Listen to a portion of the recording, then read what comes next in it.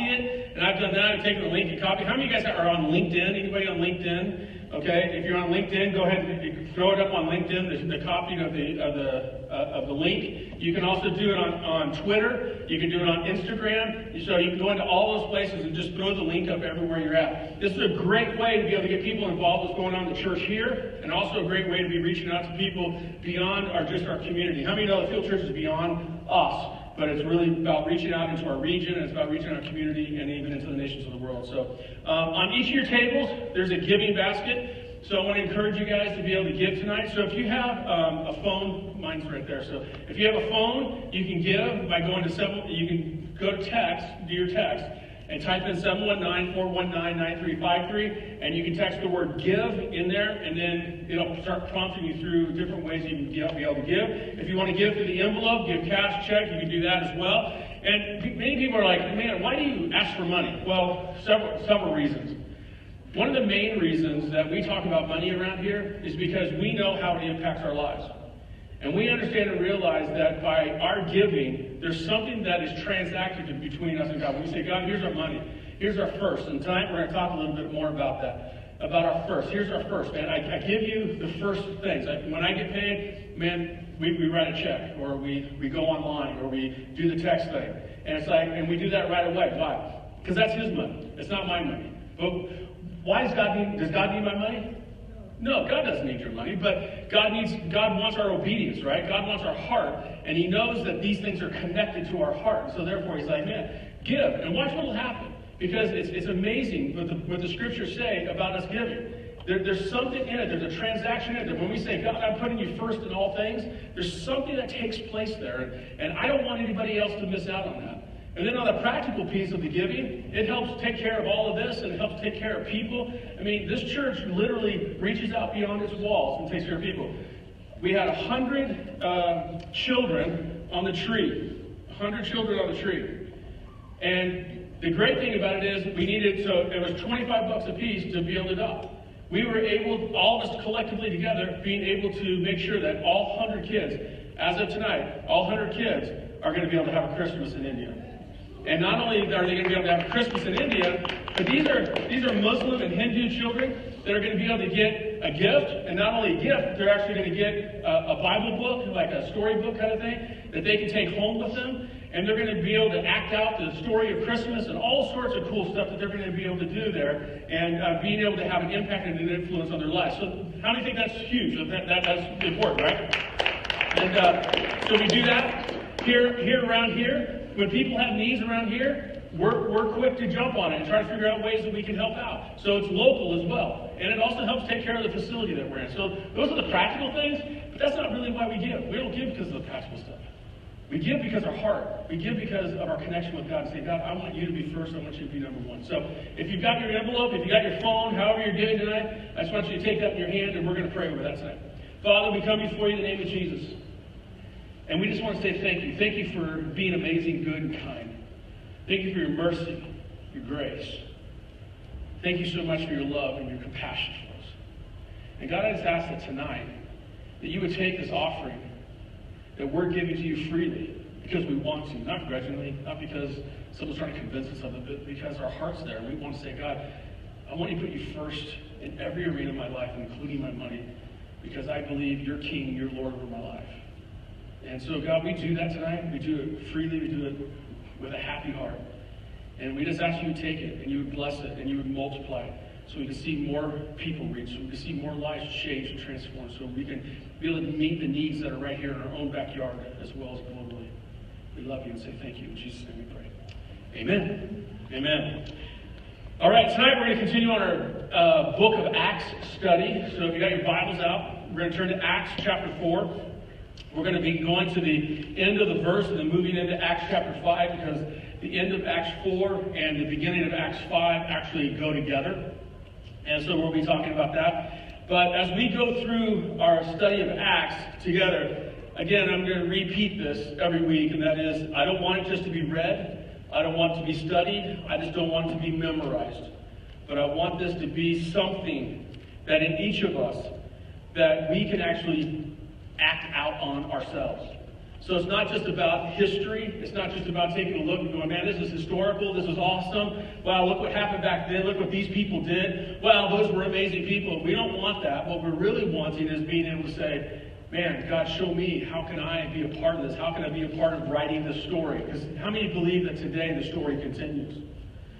And we don't just sit in a dead religion, but we actually are in this relationship with a God who's alive and who desires to use us in a powerful way. And so this is our opportunity to be a part of the story, to be able to create amazing history around us, and to be able to be the actors in the story that God has.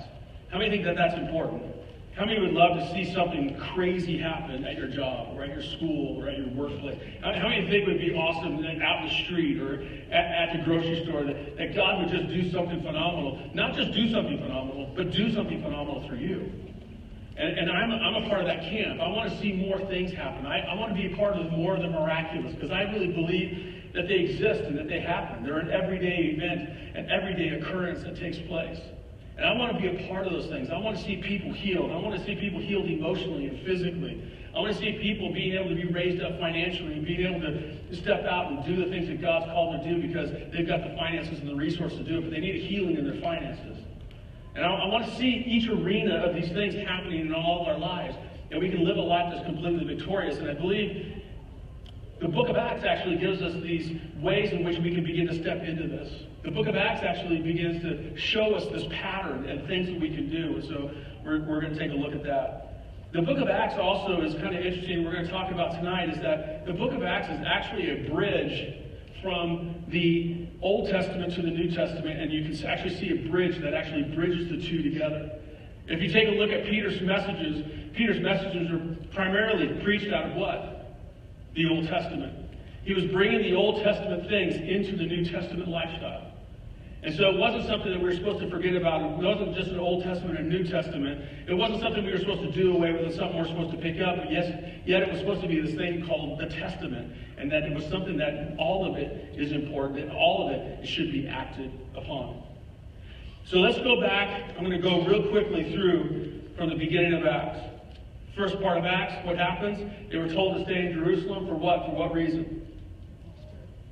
For the Holy Spirit, to be baptized and filled with the Holy Spirit. They stayed in Jerusalem, and they were baptized in the Holy Spirit. Tongues of fire came upon them. We talked about that and digested what the tongues of fire really meant. And it was tongues of the languages of the time that they didn't know. Tongues also means unknown tongues, in which the Bible talks about as well, that you can pray in an unknown tongue. You may not be lifting up others around you, but you're lifting yourself up when you pray in that unknown tongue. And then also tongue being the prophetic side of things, in which many times the prophets and those guys, Ezekiel, were talked about that they actually had tongues of fire themselves. And again, it was the picture from the Old Testament brought into the New Testament, and they knew, because of the studies of which they did in the Old Testament, they knew that this was significant, and they weren't afraid of it, they weren't freaked out about it, but they're like, yes, that happened back then, and now it's happening to us today. But it's not just on a few people, but it's on everybody. And then we began to take a look at, Peter stands up and he preaches, and 3,000 people became followers of Jesus that day. And not only followers of Jesus, but they were baptized. And we talked about how they could be baptized because of all the ritual bathing pools that were outside the temple. And then there was that lame man. The lame man who, for 40 years since birth, hadn't been able to walk. And yet Peter and John are walking by him, and Peter and John didn't preach a message at him. Peter and John didn't even pray for him, but Peter and John spoke tongues of fire and reached down and picked the guy up and said, get up and walk. In the name of Jesus Christ of Nazareth, not on their own. I can't do this. I don't have anything else to give you, but in the name of Jesus Christ of Nazareth, get up and walk. And then we see that Peter takes advantage of this whole opportunity, and he's standing up on there, and he's preaching to this crowd, and he's letting them know why this guy has been healed. And then it's like, at that time, then what happens? All the religious people, right? There's this good act that is actually happening and taking place right in their midst. And what did the religious people do? Man, they were like, man, I don't like this. I don't want this. And they rose up and they took Peter and John. They couldn't go to court that night, so they threw them into jail. Then they bring them before the people, and after bringing them before the people, they realized, the religious leaders, one of the words that came out of their mouth that I would love to have said about me, and I hope you would love to have said about you, and that is, I don't know, they're completely uneducated. They don't really get this stuff that we're talking about. They don't know how to do the debates. They don't know how to do this. They don't know how to do that. But here's the thing. They've been with that man, Jesus. And by the Holy Spirit, Peter rose up and he began to preach to them. I don't know about you, but how many of you are in the midst of the moments you don't know quite what to say, and you just need a moment like this? And I believe they happen often in our lives. And so it's like, God, give me those moments. I want to be a part of that. And so after they had told them, man, you can't be preaching, you can't talk about this guy Jesus, and the disciples walked away, told them and said, man, we cannot not talk about him. We've got to talk about him. We have no options, no choices but to talk about it. I mean, the things that we've seen and heard, are you kidding me? Are you flipping kidding me? We've got to be a part of what's going on here.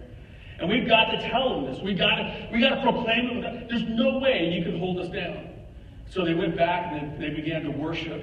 And they began to thank God, because God had predicted this from long ago in the Old Testament scriptures, that this type of a day would happen. And now they're actually living out this day in their midst. And they preached the word, fully convinced. They preached the word. They asked God, give me 4, starting with verse 34. We're going to read those verses and go into chapter 5. And it says in verse 34, there were no needy people. This is where we're going to pick it up tonight. There were no needy people among them, because those who owned land or houses would sell them. Verse 35, and bring the money to the apostles to give to those in need. For instance, there was Joseph, the one the apostles nicknamed Barnabas, which means son of encouragement. He was from the tribe of Levi and came from the island of Cyprus. So here we see that Levi, then he was there, and where'd it go? And he ended up selling off a piece of land and bringing it to the apostles for them to do with as they had need of. And so when you take a look at these verses in Acts chapter 34, 35, 36, 37, we begin to start seeing that there's this thing that's happening among the church. That the church is being so unified, that the church is coming together and going, oh, is there a need? How can I fill that need? Oh, is that happening there? Man, how can I be a part of that? And people just out of the abundance, when people oftentimes will turn to this passage of scripture and say, see, there's communism, there's socialism. And they will say, this is what we need to be doing. We need to be doing this kind of stuff. And you've heard it said across the United States even, we're going to take the money and we're going to divide it equally like it needs to be divided, right? But that's forced. This whole thing wasn't forced. This whole thing was out of the abundance of the heart. They were like, how can we help other brothers and sisters that are in need? There was something out of the abundance of the heart that began to flow. Why? Because the Holy Spirit was upon them and moving in through them. And they were like, there's a need. I'm going to figure out how I can try to meet that need. Completely different than socialism or communism. And so there was no needy people among them. When I look at this verse in verse 34, began to do something completely different, because this whole thing is what set apart the Christian believers of the day, the Christ followers of the day, from the pagans. The pagans had healing shrines and magicians at the time, but they didn't really care for the people and always wanted money for what they wanted to do. Where this was freely given. It was out of the abundance of the heart. It was something completely different than from the pagan people that were living at the time, and they wanted money, they wanted cash, they wanted something for it. Whereas the church was saying, no man, I love you. This is extreme, extravagant love. I've experienced it myself, and I want to give it to you. I want to press out, and I want to give it to you as well. And so those are the kind of things that set them completely apart. I mean, these people really cared about each other. They loved and valued each other. They were not just in it for the money. It wasn't like coming to church and checking the box. It was actually like, man, I'm coming to church to figure out how, not only can I receive something, but I want to figure out how I can give out. I want to figure out what's going on around me, so the pool of people, we can be a part of helping to reach our community. By the way, this last week, there's several of us that ended up going up to UCCS campus, and we packaged 250 goodie bags with hot chocolate and candy and stuff like that in it. And we called it the stress reliever bag, because this week was their finals week. And so we went up there this week and we stood in this one area and we had an opportunity to pass out 250, and it was well received. It was amazing. I didn't know how it was going to be received because everybody we were going to were going, hey, Merry Christmas. You know, we weren't saying Happy Holidays or any of that kind of stupid stuff. We were like, hey, Merry Christmas. And in the flyer was an invitation to be able to come visit Fuel Church, and an invitation to come. And if they come and they bring, there's a little coupon on there to come and bring that. We'll give them a free Bible when they come as well. And so we had, and we invited them to come out to our Christmas Eve service next week with all the dates and times on that. So be praying for that, because those are 250 people that got the stuff who now finishing up after this break are going to probably get into some lonely times, maybe, or maybe, hey, I'd like to find a good Christmas Eve service that I can go to, or maybe those guys seemed pretty cool. You know, they were having fun out there doing what they were doing. I'd like to go check them out. You know what I'm saying? And so be praying for that. But we had an opportunity to be able to give and to be able to reach out to those that are around us. And it reminds me a lot of this place, because this place does that. We're the hands and feet. We don't believe here at Fuel Church that we come to church to check the box. We don't believe that we come to Fuel Church to just kind of do the thing. But we come here to be challenged, to help press us forward, so we can live this thing out, the 24/7 lifestyle that we should be living it out. It's not just something I do on Sundays or some special day of the week or some special time of the year, but it's something that I do all the time. It's a 24/7 lived out thing. It's in my everyday life, and that's what we're trying to show. It's not just the event that we do. We don't want to just be a UCCS outreach and just that's what we do. That's nice. It's good, but it's even better for those that are right next to you, for those that are near you, that are far from God. So, and also, if you guys are sitting here tonight and you're like going, you know what? I just don't know some of the needs that are happening. Maria's going to put together a list of people, so because there's stuff that happens around here, and then we're like, who can we call, right? That kind of a thing.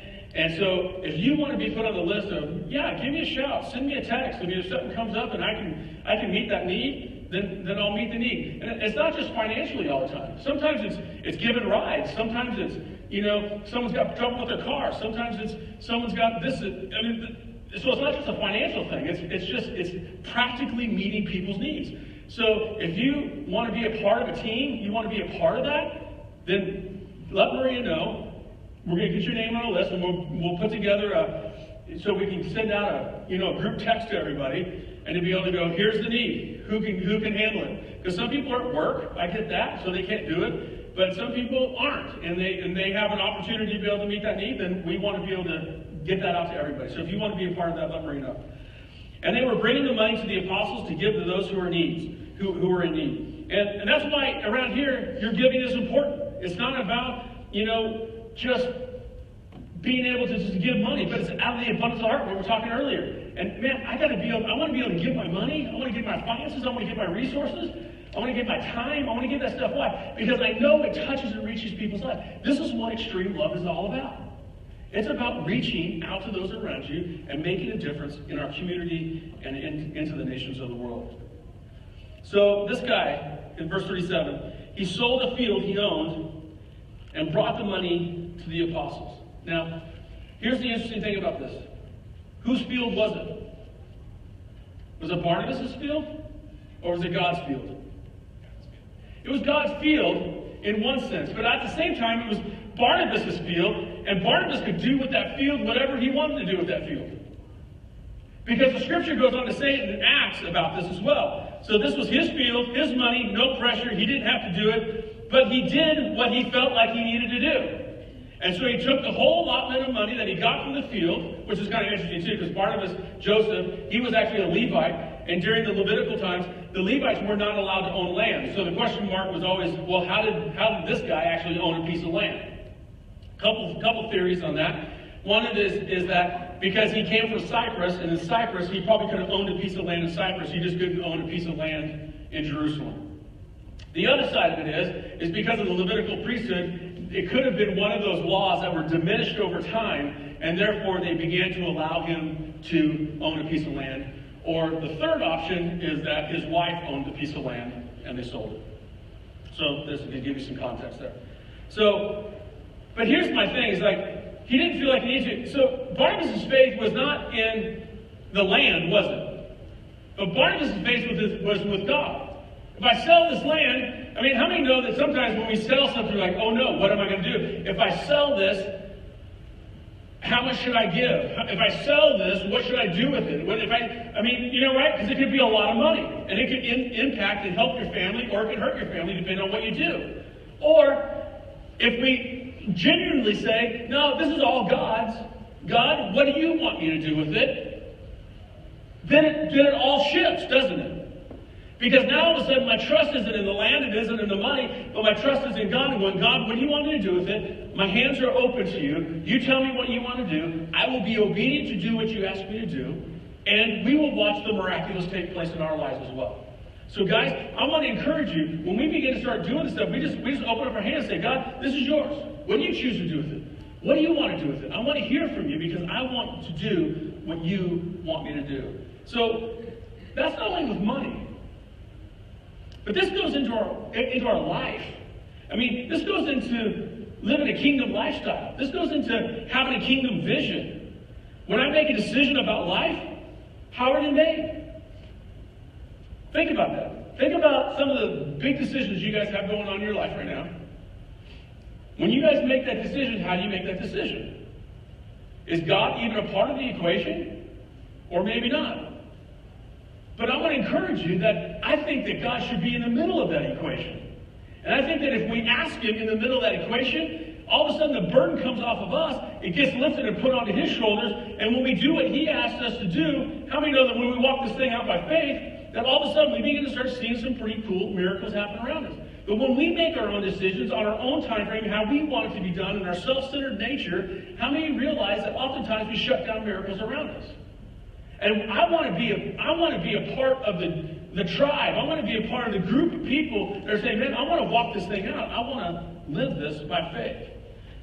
You know, the questions, right? Okay, God, here it is. How can I make a kingdom impact with this? This next decision I'm making, can it make a kingdom impact? Can it actually make a difference? Or, you know, how will this help get the good news out there just a little bit more? In this decision that I'm making right now, how will this get the good news out there just a little bit more? So I want to encourage you, as you're making those decisions along the way, be like Joseph, be like Barnabas. His name was Barnabas, the son of enlightenment, son of encouragement. It's like, be like him and be able to go, okay, God, what do you want me to do with this? And he can do with whatever he wanted. He chose to bring it all to him. Now, we take a look at this and we're like, well, man, it's kind of a weird scenario when I think about it. It's kind of like those cult groups, right? You see, right? They're all living together on a compound and they're all, you know, hunkered down with their rifles and all that kind of stuff, and they're all living together and they're all sharing stuff and they're all cropping together and doing all those kind of things, right? I mean, that's kind of an imagery that I get. But that's not what this was. It was free willing, free going, free coming, free going, all those kind of things that were actually happening there. And I'm like, has this ever really happened again? And I begin to think about, what about the times of war in America? And World War I, World War II, right? Especially the earlier wars, right? When people, they knew that our existence was at stake because of what was taking place over in Europe. And not only that, but what drug us into some of those wars, right? We just celebrated just a little bit ago, Pearl Harbor. And all of a sudden people went, whoa, whoa, whoa, this war has come to our land. We better do something. What did you see people doing during that era? They began to ration. They began to, so it's similar, right? They began to try to figure out how we can muster up enough. They took whole car companies, right? And from Detroit, and they turned them into making like guns and all sorts of other stuff, right? And they began to take the things of luxury and began to take it and turn it into a wartime event. And whatever it took, we've got to win this thing. And that was another season, another time in which the people collectively came together and were willing to do whatever it took in order to make sure that we could be victorious on the other side. So as I think about us in a Christian lifestyle, I don't know if we realize it or not, but we're in a war. This stuff is raging around you. Stand up in the middle of the classroom and declare Christ is Lord. Stand up in your job site and declare Jesus is Lord. Tell me what happens when you do that. Just an experiment, go for it, try it. But I'm almost guaranteed what I see in most places, you'll get the look. Some of them you'll get slapped down. I've talked to some people in here where it is absolute against Christianity in their workplaces. 100%. Unless you work at Compassion, right? So, lucky guys. But the point is, right, it's this wartime kind of thing that ends up, that we need to realize we're in this war. And that we realize that we need to help each other out in the midst of this thing. And what's that mean? It's not always money, is it? It's coming alongside somebody and giving them a hug and going, man, it's going to be okay. We're going to pray together. We're going to believe together. And we're going to see miracles happen together. And we're going to be able to press through this thing together. It's coming. It's doing whatever. I've got some time. I'm going to take some of the time out of my schedule to be able to do X, Y, and Z. Why? Because it's important. We need to influence more people. And we need to have more people a part of this process. And the question sometimes, I see this unseen war. Many times that we're talking about it quite a bit around here, but it's the depression, it's the suicide, it's the immorality, it's the godlessness that's happening all around us. It's this unseen thing, it's this underlying current of things that are going on around us. And sometimes we don't really see it too much, and then all of a sudden you'll see, pump, pump, pump, it'll happen, especially during, sometimes it's during these holiday seasons that we're in. Sometimes it's at the time of finals, sometimes it's the time of, just different stuff that's going on in people's lives, but this depression, the suicide especially. At the end of January 27, 28, we're doing at the underground, we're actually, so let youth know, let people know, we're actually doing a suicide prevention training, and it's going to be really good, and it's done by the people here. We got a lot of skill, a lot of talent in the room, and we're going to talk about bullying even. We're going to talk about depression. We're going to talk about the signs, what to look for. We're going to talk about how to talk through it and how to talk somebody off the wall, kind of deal, and what the next steps are. And so it's some very practical tools that we'll be able to give people. So definitely you want to be a part of that. But there's this unseen war, and we've got to figure it out, and we've got to. Let's turn now to Acts chapter 5. I'm going to read down through 1 through 11. But there was a certain man named Ananias who was with his wife Sapphira, sold some property. He brought part of the money to the apostles, claiming it was the full amount. With his wife's consent, he kept the rest. Then Peter said, Ananias, why have you let Satan fill your heart? That's kind of rough, isn't it? You lied to the Holy Spirit and kept some money for yourself. Now get this, what he says here, verse 4. The property was yours to sell or not sell, as you wished. And after selling it, the money was also yours to give away. How could you do a thing like this? You weren't lying to us, but to God.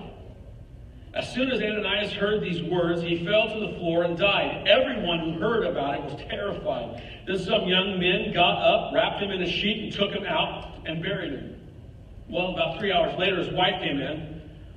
Not knowing what had happened, Peter asked her, was this the price you and your husband received for your land? Yes, she replied, that was the price.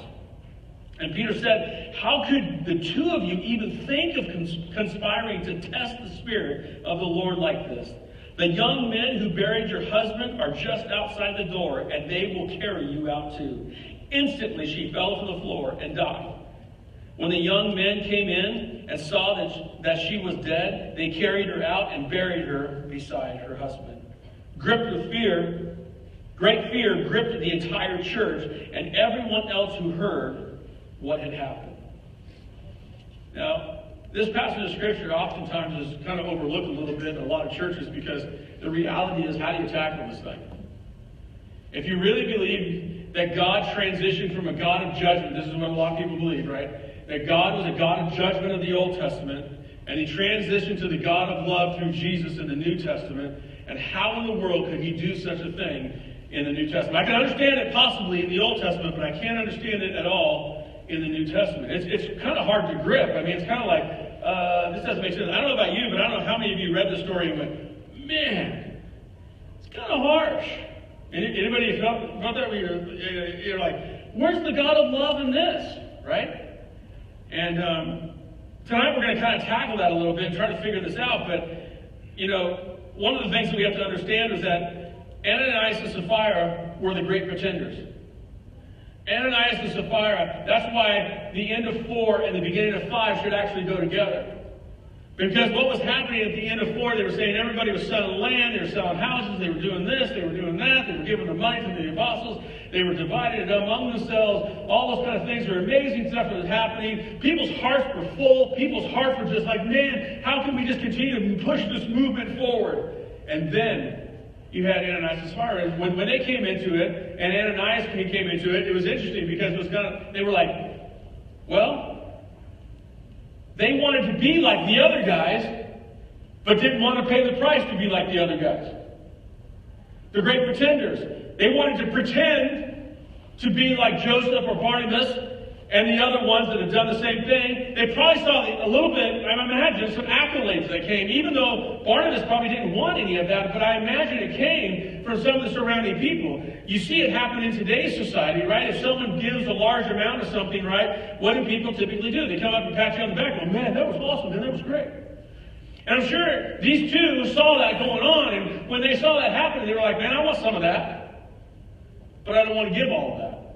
And the crazy thing is, if you look at what Peter told them, he says, this was the land. The property in verse 4, the property was yours to sell or not to sell, as you wished. And after selling it, the money was yours to give away, or not to give. But you chose to tell me that this was 100% that was in it. You didn't have to tell me. You could have walked up to Peter and said, here's 25% of the land sale. And it would have been perfectly okay. Could have said, here's 10% of the land sale. It would have been perfectly okay. But no, you chose to say this is 100% of the land sale, and therefore, you want to get 100% accolade. It was a pride issue. It was most likely, I would imagine, I don't know if Ananias and Sapphira's heart, but most likely, taking a look at the text here, it's probably like a pride issue that came in. It was like, man, that's pretty cool. I want to be a part of that. There's people that come into church and they'll kind of throw around the bills and whatnot. They want to sit in a certain pew or a certain chair, and they'll tell you, hey, listen, if you do this, if you do that, I'll give you this, I'll give you that. You know what I'm saying? There's people like that. We don't live that way around here. And that's what's being said here. We don't live that way. We don't do it this way. So the interesting thing is that this is not the only time that this has ever happened. Guys. This is where the bridge comes into play, where all of a sudden we begin to start seeing Old Testament things happening in the New Testament. So if you're a believer, man, I'm only a New Testament believer, and all I believe is what the New Testament has to say, you're going to have troubles grappling with this passage of Scripture. Whatever happened to my God who was full of mercy, full of love, and full of grace, and full of... Whatever happened to that God? Where's he at? Right? I mean... So you're going to have to grapple with some of this. I mean, he was a God of judgment in the Old Testament, but he's a God of love in the New Testament. You guys are hearing messages out there about God's grace is sufficient. Absolutely. And you got the hyper grace side going, man, God's grace is sufficient. Man, you don't have to worry about, what you do, because God knows what you're going to do, and God knows how you're going to do it, and God knows, right? So you don't have to worry. God knew you were going to sin. So you don't have to ask for forgiveness anymore. You don't have to repent. That's what's being said out there. This whole passage of Scripture flies in the face of all of that. Because if you go to Joshua chapter 7, what's interesting is in Joshua, you guys remember with Joshua?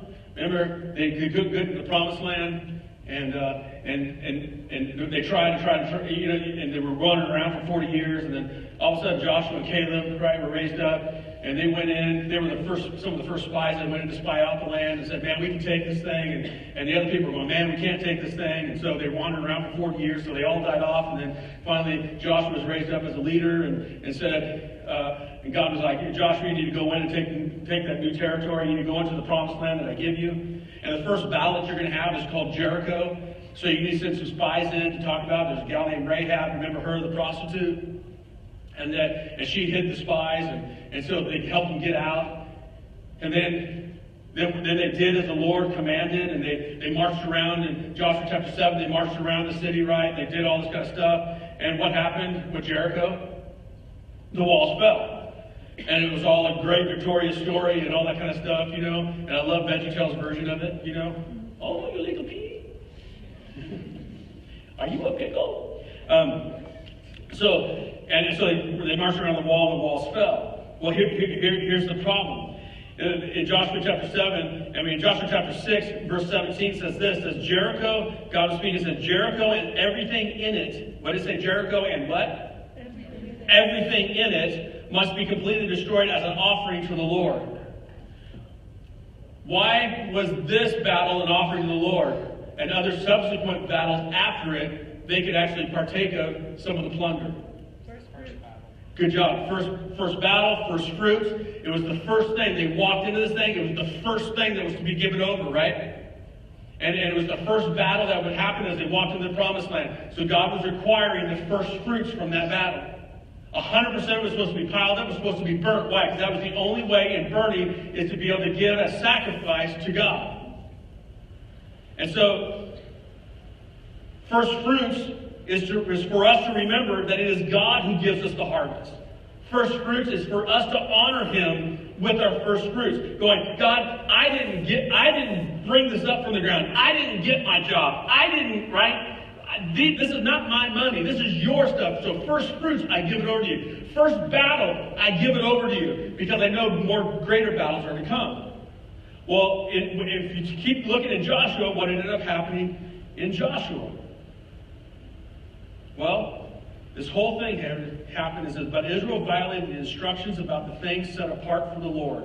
A man named Achan had stolen some of the things that were dedicated to God. Remember, so they ended up going, he said, man, you know, that looked really pretty. There's some bling bling going on there, and I want some of that. And so he began to pull together some of that, right? And as he began to pull together some of that, all of a sudden he hid it into his tent. After hiding it in his tent, they said, man, we're going to go out to the next battle. Send some spies out. Spies came back, we're probably going to need about 2,000 or 3,000 to be able to battle that one. Great, send 2,000 or 3,000 out. Send 2,000 or 3,000 out. Man, they got their hindies kicked. People dying, they got slaughtered. They come back, you know, Joshua's falling to the ground. God, why? And then God's like, get up. Because there's sin in the camp. Get up, because the things that were consecrated to me, someone took them. And these things were supposed to be meant for me and not meant for you. Who would have done that? And they went by clan and tribe and family and get down to Achan and his whole household. Discovered that, yep, Achan admitted it. Yep, it was me. I did it. It was me. And he says, okay, bring your whole family up.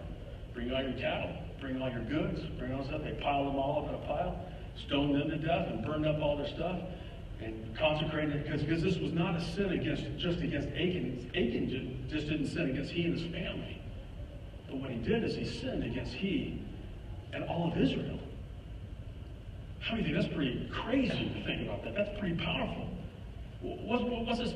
Is God mean? No. God's not mean. Why is he not mean? Because he told you not to take it. How many think that's pretty gracious? Don't do this, and this will happen. You'll win the war. How many think that's pretty kind?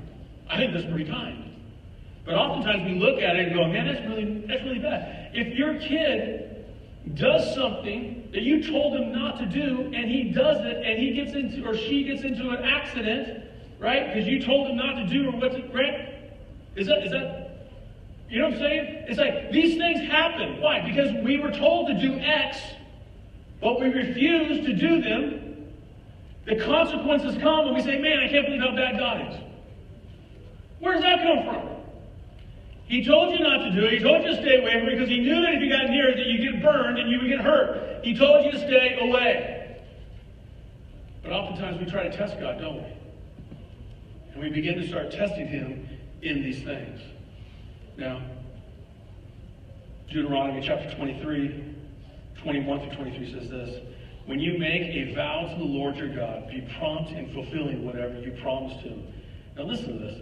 For the Lord your God demands that you promptly fulfill your vows, or you will be guilty of sin. Okay? He told us what to do and what not to do, right? And it goes on. However, it is not a sin to refrain from making a vow. Interesting, isn't it? So he's telling us this whole thing. But once you have voluntarily made a vow, be careful to fulfill your promise to the Lord your God. Making vows are very serious. Breaking vows are very serious. So what do they tell you to do? Don't make a vow. But oftentimes we make these vows, don't we? Have you ever caught yourself saying, God, I'll do this if you get me out of this mess, and I will do X? Anybody? You don't have to raise your hand if you don't want to raise your hand, but everybody's like, sitting on their hand. We all tend to do stuff like that, right? We get in a pinch, we get in a bind, we need something, we're desperate. God, if you will just come through for me, I will do X for you. God comes through. What do? What do most people do? Not you in particular, but what do most people do? We forget the promise that we made. And I'm saying, this is kind of interesting, right? Anybody ever hear anybody say this? Oh, I swear to God. Da, da, da, da, da. Anybody? Have you ever thought that that's like making a vow? That's your words, right? So some of us have this habit, right? We've heard this thing over and over and over and over again. You better be careful about some of the stuff that we say. Why? Because words matter. Out of the abundance of the heart, the what? The mouth speaks. So our words matter. So I began to start thinking about this, and Ananias and Sapphira, they made this vow, but they didn't follow through. And one of the things that they did is they transferred ownership to God. No, all of this is God's. When they did that, that's when they made their mistake, because they didn't have to do that. They didn't have to transfer ownership to God. They could have kept it for themselves. But the minute you transfer ownership to God, you better do what you said you were going to do with it. So some of us, and I look around society as a whole, okay? Not talking about particular in here in this room tonight. But I look at society as a whole and I go, I wonder why certain things happen. Everybody asks that question. Why do bad things happen to good people? Anybody ever? I kind of wonder, was it vows that we made that we should never have made? Was it things that we said lightly that we shouldn't have made lightly? Did our words get in the way of some of these kinds? I'm not saying it happens 100% every time. I'm just saying that could it be? There's something for us to question, something for us to begin to even ask ourselves. Because what it really comes down to is, man, sometimes you're tired, you're stressed out. And like I said before, sometimes it's just out of sheer habit, and things just come off your lips. I think we need to be careful about what comes off our lips, right? What does it talk about the tongue? The tongue is like a rudder, a small, tiny rudder on a ship. Right? That's what it says. And I think that we need to be careful about the words that come off our mouth and how we say what we say and why we say what we say. I'm looking at today's society, and oftentimes the words that we say, we're like, it doesn't matter. It really doesn't count. Really? Really? But then I take a look at lifestyle. I take a look at things that are happening to people, the calamity that goes on around people's lives, and I'm like, I wonder if that has something to do with it. Matthew 5, chapter 5, verse 33 and 37 says this, that Jesus says, don't swear at all.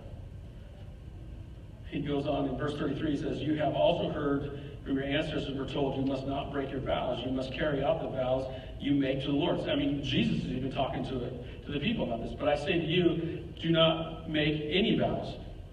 Jesus said that. Don't make any vows. Don't say, I swear by heaven, because heaven is God's throne. Don't say, I swear by the earth, because the earth is his footstool. And don't say, I swear by Jerusalem, because it is the city of the great king. And don't even say, I swear by my head, for you can't turn one hair white or black. Just make it simply. Your yes will be yes, and your no's will be no. Anything beyond this is from the evil one. Pretty interesting, isn't it? And so when I take a look at this whole thing, I sit there and take a look at this passage of Scripture. One of the things that stood out to me was was that they said that when this happened, great fear or great awe or great respect, right, filled the people. There's something that when these kind of things, these dynamics happen in a time frame, they don't happen all the time, continuously necessarily, but all of a sudden in a time frame, you'll see it happen. It happened back then, right, with Achan, and what happened in the whole camp. I bet you everybody freaked, right? Ho, ho, ho! Man, when God says, don't take something, don't take something. How many think they got the message, right? How many think that the people throughout Jerusalem got the message when you make a vow and you say, this is God's, and you don't give it to God? That's a bad thing. How many think that happened, right? And so I think people began to live a little bit differently then. I feel in our day and age, we kind of get a little simplistic with God, don't we? And I think we need to get the awe back. I think we need to get the reverence piece back. I think we get the ownership piece back. And God, this is really all yours, and none of it is mine. And the reality is this, is that what do you want me to do with it, and how do you want me to do with it? And I want to do what you want me to do, and I want to do it the way you want me to do it. But I don't want to come against you in any way or any measure or any fashion. And I think that in those measures, I think if tonight, if we can get out of that going, let's look back at my own life. Have I made those promises that I shouldn't have made? Had I said some of those things I shouldn't have said? Here's what I love about our God is that he is a good, good God. In 1 John 1:9 it says this, what? That he is faithful and just to forgive us of our sins. Because I want us as a household, as a family here, I want us to live in victory. And I believe a piece of the victory is giving God what's God's, right? What's God's? First fruits? That's God's. Giving God what's God's. And then after that, listening to him and being able to go, okay, I'm going to walk this thing out because this is your life and not mine. When you want me to say, I'm going to say. When you want me to do, I'm going to do. Where you want me to walk, I'm going to walk. Where you want my hands to reach out, I'm going to reach my hands out. Because this is your life to live through. 24/7 thing. This is, in my everyday, I want you to live through me. I don't want anything else. Stand if you're with me.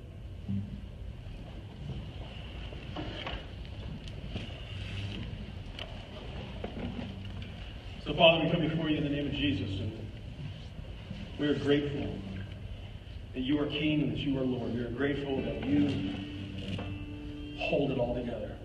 I am so thankful you are God of amazing grace, extreme mercy. And tonight, I just want us to be in a place where we allow you to speak through to us, God. And then we take a look at our lives. We analyze where we've been from our younger years, our elderly years, God, wherever we're at right now in the spectrum, that we're able to take a look at it and go, okay, have I done that? Have I made some promises I shouldn't have made? Have I said some things I shouldn't have said? Because God, more than anything, I believe you want to get out of this is that you love us. And that you desire our hearts. You desire to have us wholly and completely. And I believe tonight you're giving opportunity to us to open up our hearts and to be able to just repent and to ask for forgiveness. And that your word is true and that you're faithful and just to forgive us of our sins. And then we realize that your grace is sufficient. And that you don't only cover, but you take away our sin. And so tonight, God, I just ask that you would do that in us. I ask that you would just, by your Holy Spirit, we just ask you to come and just reveal to us those things that maybe we have promised or those things that we have said that we just need to get rid of, that we just need to shake off. We need to ask for forgiveness of.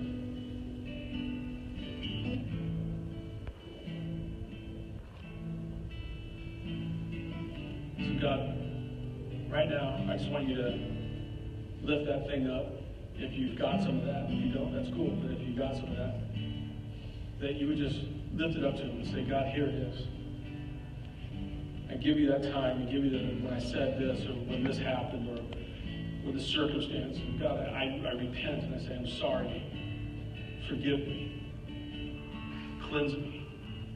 Purify me from all unrighteousness. That the curse is removed off of my life.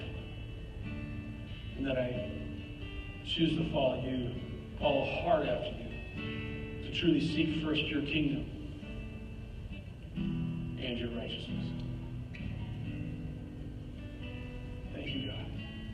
You are good, you are kind, you are holy, you are just, you are merciful, you are gracious, you are loved, you are hope in the midst of our situations. We love you in Jesus' name we pray. Amen. Amen. I want you guys to gather up around your tables real quick.